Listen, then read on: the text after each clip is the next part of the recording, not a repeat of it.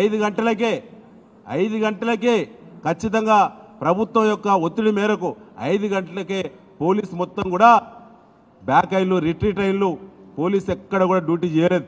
ఎక్కడ కూడా ఏ ప్లేస్లో కూడా నిన్న డ్యూటీ చేయలేదు. ముఖ్యమంత్రిగా మన మాజీ ముఖ్యమంత్రి గారు కేసీఆర్ గారి యొక్క భద్రత పట్ల కూడా నిన్న మొత్తం వదిలేసి నిన్న ప్రెస్ గ్యాలరీ మీదకి లక్షలాది మంది ప్రజలు మీదికి వచ్చేటువంటి పరిస్థితి వచ్చింది. ప్రమాదం నుంచి నిన్న బయటపడ్డారు. ఏదైనా జరిగితే దాని బాధ్యులు ఎవరు? నిన్న అక్కడ ఒక 2 మహిళా కానిస్టేబుల్, ఒక జెంట్ కానిస్టేబుల్ తప్ప ఎవరూ లేరు అక్కడ. నేను కేసీఆర్ గారి వీడియోస్ మొత్తం కూడా ఆ డి చుట్టూ చూడండి ఒకసారి.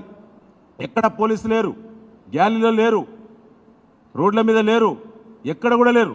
నిన్న 12 కిలోమీటర్లు నడిచి తిరిగినాం మేము మొత్తం కూడా. ఎక్కడ కూడా లేరు. అన్ని వీడియోలు షూట్ చేసినాం. నేను కమాండ్ కంట్రోల్ సెంటర్ పెట్టినాం. 180 సీసీ కెమెరాలు షూట్ అయినాయి.